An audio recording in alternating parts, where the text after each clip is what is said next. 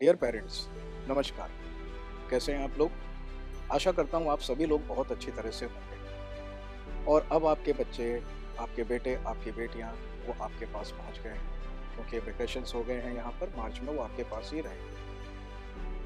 आज मैं आपसे डियर पेरेंट्स के एक नए एपिसोड में आप सभी का फिर से एक बार स्वागत करता हूँ। और आज मैं एक बहुत महत्वपूर्ण सा टॉपिक लेके आपके सामने आया हूँ। हम लोग तो अपनी ड्यूटी को बखूबी निभाते हैं, कोशिश करते हैं निभाने की, और बहुत हद तक उसको निभाते भी हैं। लेकिन अब क्योंकि बच्चे आपके पास में हैं, तो रिस्पेक्टेड पेरेंट्स, अब आपकी कुछ ड्यूटी बन जाती हैं बच्चों के साथ निभाने के लिए। मैं डीएसजी सर, बायोलॉजी मेंटर, आप सभी का फिर से स्वागत करता हूं और एक छोटा सा टॉपिक आपके साथ डिस्कस करता हूं कि अब पेरेंट्स के क्या दायित्व हो जाते हैं, क्या रिस्पॉन्सिबिलिटी हो जाती है जब बच्चे आपके पास हैं, आपके घर में। सबसे पहला मेरी रिक्वेस्ट है आपसे कि आप बच्चों को लेके डरे नहीं, क्योंकि अगर आप डरेंगे तो बच्चा खुद भी डरेगा। बच्चा खुद भी जब डरेगा तो वो उतना परफॉर्म नहीं कर पाएगा जितना उसको परफॉर्म करना चाहिए। उसको पंख खोलने का मौका दीजिए ताकि आप उसकी उड़ान को देख सकें, और आप उसके पंखों को सीमित कर देंगे तो आप उसकी उड़ान नहीं देख पाएंगे। बच्चों को आप बिल्कुल मत डराइए कि अगर आपका सिलेक्शन नहीं हुआ तो ऐसा हो जाएगा, आपका सिलेक्शन नहीं हुआ तो वैसा हो जाएगा। आपको बच्चे को डराना नहीं है, आपको बच्चे को हर पल उसको उत्साह बढ़ाना है, उसको आपको विश्वास दिखाना है कि हाँ, हम पे तेरे पे विश्वास है, आप कुछ ना कुछ ज़रूर अच्छा करेंगे, ज़रूर अच्छा करेंगे। तो सबसे इम्पोर्टेंट है, बच्चे के मन में किसी भी तरह का डर का भाव नहीं होना चाहिए, बिल्कुल डर का भाव नहीं होना चाहिए। उसको खुलकर पढ़ने दीजिए, उसकी सहायता करिए, उसका विश्वास बढ़ाइए, और विश्वास बढ़ेगा तो उत्साह बढ़ेगा, उत्साह बढ़ेगा तो निश्चय है कि वो अपने एकेडमिक्स में बहुत अच्छा करेगा। दूसरा पेरेंट्स, मेरी आपसे रिक्वेस्ट ये हो जाती है कि आपको अपने बच्चे की तुलना किसी दूसरे बच्चे से नहीं करनी।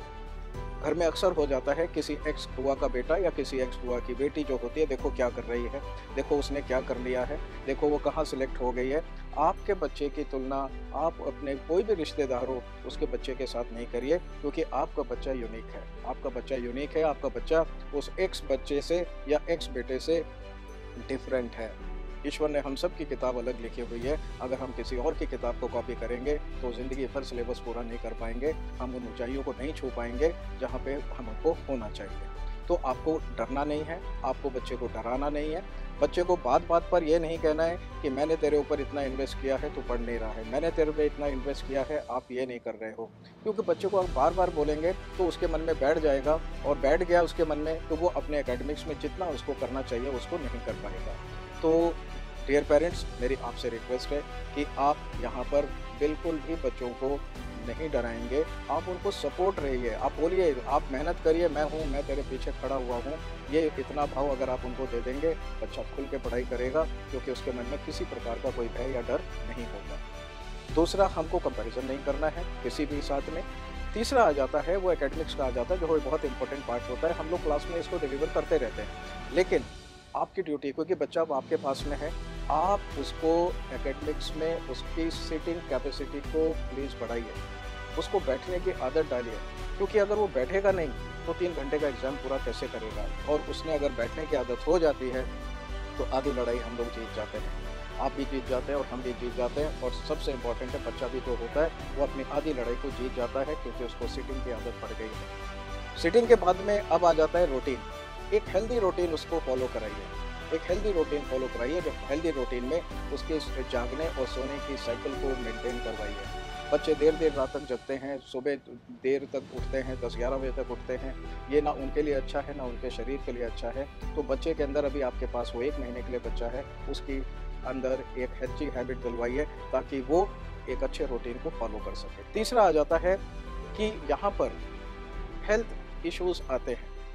हेल्थ इश्यूज इसलिए आते हैं कि बच्चा हेल्दी नहीं होता है, वो अंदर से आंतरिक रूप से कमज़ोर होता है। और हेल्थ इश्यूज ना आए, इसके लिए बच्चे को हेल्थ कॉन्शियस उसको बनाइए। हेल्थ कॉन्शियस होगा, अपने सेहत का खुद ध्यान रखेगा, और सेहत का ध्यान रखेगा तो निश्चय है कि उसका एकेडमिक्स क्या होगा, बहुत अच्छा होगा। उसको सुबह, मैं ये नहीं कहता हूँ कि आप उसको जिम भेजना शुरू कर दीजिए, लेकिन आप उसको हर हाल में उसको सुबह उठ के आधा घंटा 15 मिनट उसको एक्सरसाइज, किसी भी तरह की एक्सरसाइज करने के लिए प्रोत्साहित करें। जब वो सुबह एक्सरसाइज करेगा, दिन भर वो कैसा रहेगा, दिन भर वो चुस्त रहेगा, दिन भर फ्री होगा, टेंशन से फ्री होगा, स्ट्रेस से फ्री होगा और एनर्जी लेवल उसका जो होगा बहुत अच्छा होगा। एनर्जी लेवल अगर अच्छा है तो वो क्लास में भी परफॉर्म करेगा और बाकी एक्टिविटीज़ में भी क्या करेगा, वो परफॉर्म करेगा। एक और आ जाता है डियर पेरेंट्स कि वो आ जाता है स्ट्रेस। स्ट्रेस के लिए, स्ट्रेस बस्टर के लिए सबसे अच्छा होता है उनकी हॉबीज़। उनकी जो भी हॉबीज़ हो उसको दिन में एक बार ज़रूर करने दीजिए, ठीक है ना? हाँ, फ़ोन चलाने की हॉबी नहीं होनी चाहिए, फ़ोन से जितना दूर हो सके वो होना चाहिए।